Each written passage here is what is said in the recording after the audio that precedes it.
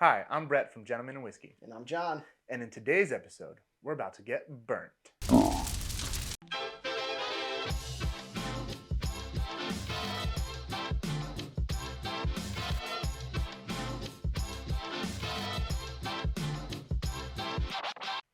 So here we have Lagavulin Offerman Charred Oak Casks Lagavulin 11 against Ardbeg Scorch. John, tell us about these bottles. Okay, so the Offerman edition is charred oak barrels. These are actually ex-bourbon that they then strip the char off of and rechar. It is 11 years old.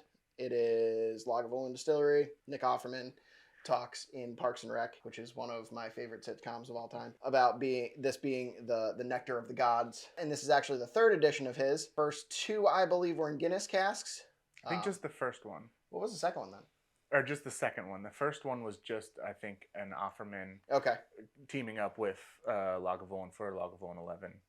Offerman x Lagavulin collaboration, in fact? Yeah, I think that's what it was. And then the second one went into Guinness casks. Okay. And now the third one, an ex-bourbon extra charred oak casks. And this is not finished. They are aged in. So it should impart more of that charred flavor. And then the Scorch is pretty much the same way. Surprisingly, the Lagavulin is much cheaper at like $80 to $90 in most places.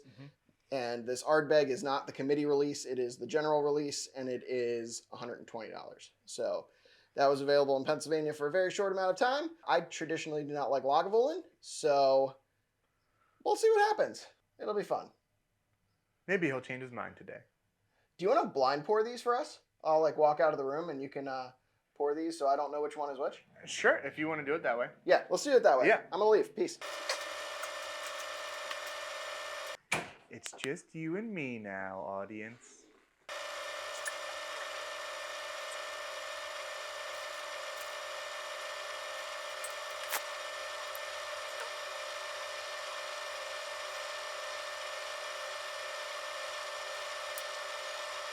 All right, call him with me. 3, 2, 1. John! So we only do this because I traditionally don't like Lagavulin. I don't care for the maltiness, so we are taking my bias out of it. Brett is a lot more objective about Scotch than I am, and he tends to like Lagavulin, so he's not had the Scorch. True. I've had the Scorch. I've not had the Lagavulin. This is my bottle. This is his bottle. Yep. We'll see what I actually think, and we'll take my bias out of it a little bit. Obviously, it's not a full blind tasting because I know it's one of the two, but right, should at least be closer. So yeah. Inside to outside? Inside to outside. All right, first glass. Cheers. Cheers.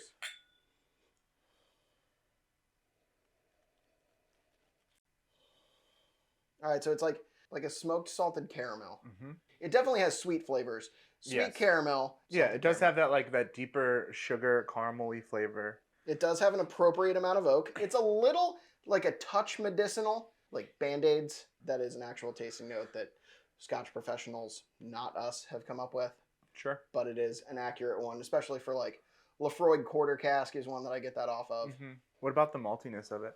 It is not malty at all. Not malty at all. Alrighty. That's what I think anyway. I'm going to ask you that about both of them because I know it's the maltiness in Lagavulin that you don't like. The Lagavulin Distillers Edition, I don't get a whole lot of malt on the nose. It's the palate where it really punches you in the face. Fair enough. I'm hoping that they're closer than that. I'm hoping to continue my faith in Ron Swanson, Nick Offerman.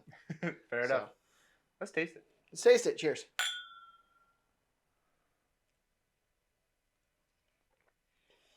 A lot of leather. A lot of like brininess. Still a little bit of medicinality. I get like jalapeno. And there's like a little bit of like pepperiness that tastes a little bit more jalapeno-y than just like black pepper or anything like that. Both 46% ABV, so they're not going to be lighting your mouth on fire. It has a smoky quality, almost like not a smoked meat, like smoked queso or like smoked Scotch eggs, where it's like that smoky flavor, but it's not the like the umami or the like meaty flavor in it. It's like that to me. This is good. I actually very much enjoy this.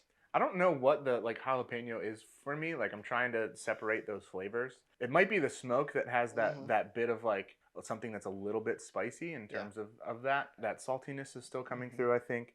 Those traditional Islay flavors, but it does have like a really nice Islay Scotch profile with the maltiness, with the brininess, and then as well as the smoke. I think this is really good. Well, I don't get that jalapeno-ness. I could see where the proof heat mixed with the smokiness could create that. Because to me, jalapenos are a little bit vinegary. Like it has that a little bit of that like vinegar sourness, I Fair guess. enough.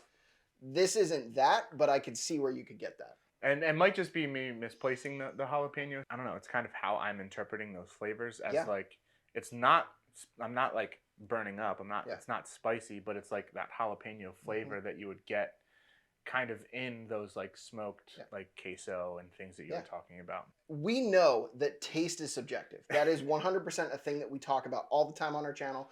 Brandon has different flavor notes. I have different flavor notes. Nate has different flavor notes. And Brett has different flavor notes. And when we have other friends on, they will have different flavor notes than I do. That's not a bad thing. Right. Taste in whiskey is subjective. Even though I don't get that jalapeno note, that doesn't make you getting that jalapeno note invalid. Right. And I think that's something that I enjoy about this one specifically is that it does have that like bright jalapeno peppery kind of note to it, which is something that I haven't really found in other whiskeys. It is complex. It is very interesting, and I think I like it. Alrighty. So let's move to number 2. On to number 2. Because we got to pick which one we like better. True. We might like both.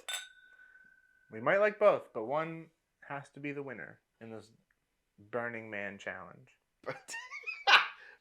Is Nick Offerman the Burning Man in this? If he wins, I guess so. I guess so. All right, let's nose it.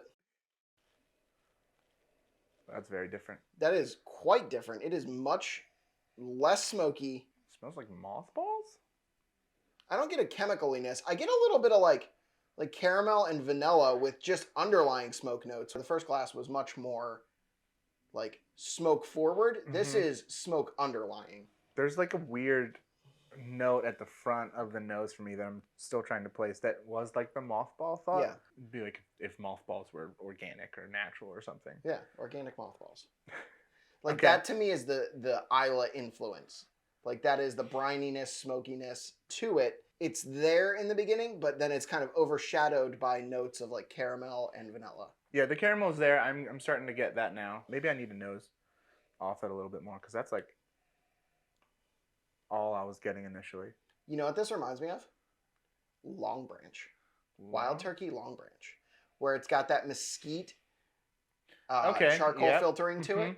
Where it's got a little bit of that like barbecue-ness. It actually kind of reminds me a little bit of Old Forester 100 too. But I know this is a Scotch, obviously. So it probably will not taste like that. The nose is very interesting. That like once I pull my nose off a little bit, I do get that like light vanilla caramel that you were talking about, like a caramel macchiato or something. Yeah, like I was that. just gonna say it's like a kind of like a French vanilla iced coffee. Yep. Yeah. All right, we gotta try it. Let's try it. Here we go. Cheers. Cheers. Much more smoky on the palate. It's like a charred marshmallow. Yep. There we go. Like, we're getting there. You got those sweet notes, but then you have like very charred notes right underneath of it. I prefer marshmallows burnt. You set like, them on fire. Oh yeah. And just let Leave them them there. Yep.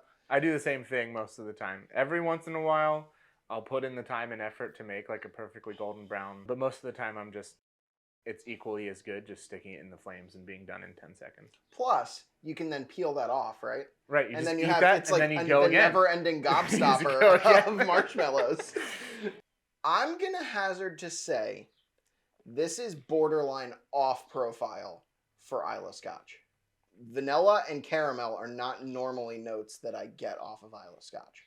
Usually, Scotch uses ex-bourbon or ex-whatever barrels, but they don't do the charring process that they do for these. Both of these, depending on which one is which, have that different bourbon-y note. That sweeter, like vanilla-y caramel. Yep. That's a little bit like deeper than the Scotches normally have. Yeah, I agree with that. Yeah. You can see the barrel influence in it, I think, more than anything else. And I think the proof point is good for both of these. I'm starting to get that jalapeno on this one as well. I think it's just how I taste like that smokiness coming through. And maybe it's just when it is like super charred, like these offerings are, that's coming through as like a little bit smoky and a little bit peppery, which I'm translating to jalapeno a little bit. I also think that the more we get into these, the more traditionally Islay they taste. Like I definitely get more brine on the finish with a few more sips. That's really starting to smell good now. Now that like my brain has connected all of those like marshmallow notes and the smokiness. It's like a toasted marshmallow French vanilla caramel macchiato. Okay, so we got to talk about. Yeah, which one's better? Which one do you like better? Which one do I like better? Yeah. I think I like the outside better. Okay. Yeah. I think that I like the outside better as well. All right. I think I know which one is Lagavulin, but it is much closer than I would have expected. Gotcha. So I think the first sample was Lagavulin, and I think the second sample was Ardbeg. Am I correct? You are correct. Okay. So this, for me, is almost off-profile for Lagavulin because it's not heavily malty. I don't get any malt off this whatsoever. And I like that. I honestly think, even though I liked number 2 better, I think they're both worth picking up. Yeah, I would agree for sure. The Ardbeg is worth picking up. Obviously, I already had the Lagavulin. Yeah. I do think that in terms of these two products right here, the fact that they are $30, $40 separate, I don't know if that comes through quite as much in tasting them, but I'm not going to be upset picking this up at 120 because I think it's delicious. The toasted marshmallow, like the sweetness in it, the smokiness, it was very, very good. But that's not to say that the Lagavulin also wasn't good. Let me put a slight caveat into this, right? Sure. So if you put it in terms of bourbon, okay, I think $90 for a Scotch is equal to $60 for a bourbon. Probably in that range, yeah. Okay, so then if you go that $40 extra at $100, I think the difference between these two is equivalent to the difference between a $60 bourbon and a $100 bourbon. Russell single barrels versus Russell's 13. That's how I view it in my head. Russell single barrels are good. Some of them are phenomenal, but they are fewer and far between more now, whereas a Russell's 13 you know is going to be phenomenal. The complexity in the Scorch, to me, is worth the extra $40. I do agree with that. Something that is a little bit different in terms of comparing them to bourbons, specifically with that example. The single barrels with Russells, you're going to have some variance in what you're getting because they are single barrels. Whereas you can be sure that what you're getting here at $60 equivalent bourbon at $80, $90 for Scotch is going to be consistent. Both are worth picking up at their price points for sure, but I would rather have the Ardbeg on my shelf than the Lagavulin. Do you agree that this Lagavulin is slightly off profile for them? It's off profile for Lagavulin for sure. I do think that it tastes similar to the Guinness, the jalapeno note that I've been talking about the whole time. Like those are very prevalent in the Guinness cask. They're kind of similar to me. And if I were comparing those two, which we're not in this video specifically, but I would pick this up compared to that offering. So okay, so Nick Offerman, I like your edition of Lagavulin. Your influence is definitely helping them to be a better company. I think for you, enjoying a Lagavulin product is I'm proud right now that we've done it. We've done it. We got John to like a Lagavulin product. Great moment here at Gentleman and Whiskey. Yep. So if you like this content, like, comment, and subscribe. Check out our other videos, and we hope to see you next time. Cheers. Cheers.